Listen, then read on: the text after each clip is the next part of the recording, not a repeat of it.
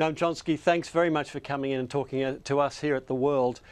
We've seen the stock markets in a frenzy the last couple of days. What does that tell you about the state of the global economies?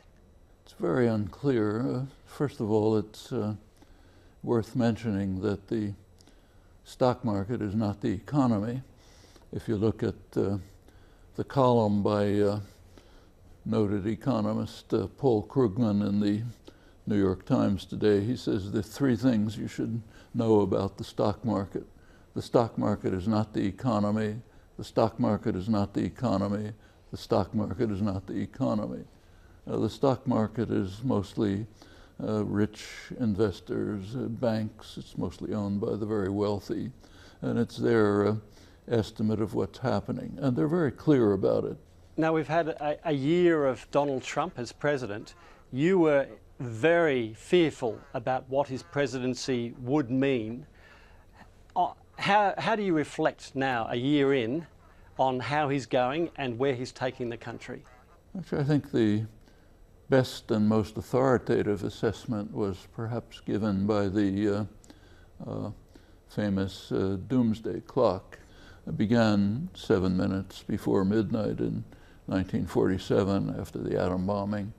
It's been oscillating since. Just now, a week ago, it was moved forward to 2 minutes to midnight after a year of Trump. That's the closest it's been to terminal disaster since 1953, when the US and later the USSR exploded thermonuclear weapons, demonstrating that human intelligence had now developed the capacity to destroy everything on Earth. Now it's moved again to 2 minutes to midnight. The two major issues which they bring up, of course, are the growing threat of nuclear war and the increasing threat of global warming. Both of them extended, amplified by the actions of the Trump administration in the past year. These are the most serious issues that humans face, in fact, have ever faced in the history of the species.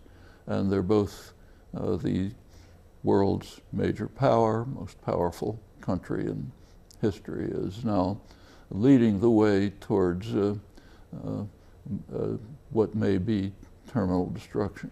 How pessimistic then are you now that for whatever reasons the human race is on a path to self-destruction, or is there an element of optimism? Is there light there?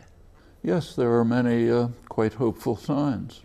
So again, take the United States, most important country in the world. Its actions influence the state of the world more than any other. And go back to the 2016 election. The focus of attention, of course, is on the Trump victory, but if you think about it, the electoral victory of a billionaire who had huge financial backing, spent close to $1 billion on the campaign, had enormous media support. The fact that he won the election is a little unusual because he wasn't the establishment candidate, but is pretty much within a normally expected range. However, something else happened, which was really astonishing. Bernie Sanders, who came from nowhere, even used the scare word socialist, had no support from private wealth or corporate power, had no media support. The media either ignored or denigrated him.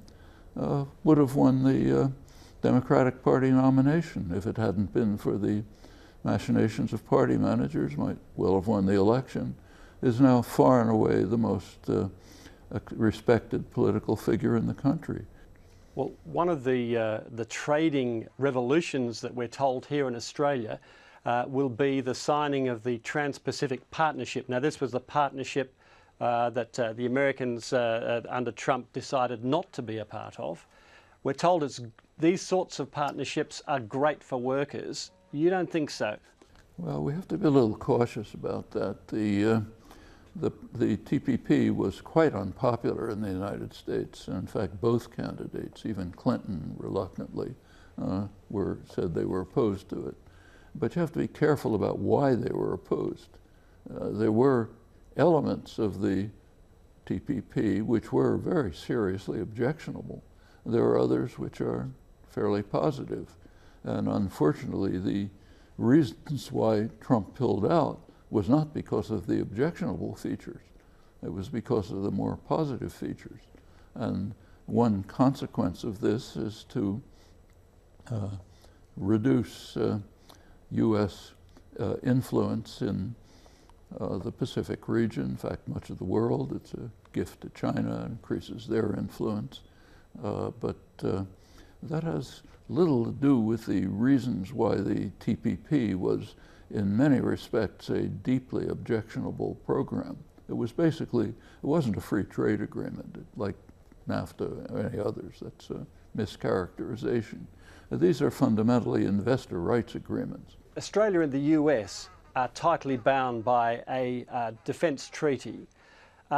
In the context of North Korea and China, what are the risks for Australia? The risks to Australia? Well, you know, everyone has risks. China is a growing, expanding power. It's expanding its influence. It's carrying out aggressive actions in the South China Sea. It's pursuing its interests in many ways, some benign, some destructive. The United States has been the dominant world power, remains the dominant world power, seeking to maintain its influence and control. It's certainly not averse to using force, no need to go through the record. And Australia has to make, Australia's it's not a major super world power, but it's a significant one. And it has to choose ways, let us hope, ways which will tend towards alleviating, reducing conflicts, opening ways for more beneficial international policies to take place, meanwhile attending to quite serious issues arising within Australia. That's a difficult balancing act, but Australia has the intellectual, the economic, other resources to pursue a positive path in world affairs. Noam Chomsky, thank you very much for talking to the world. Thank you very much.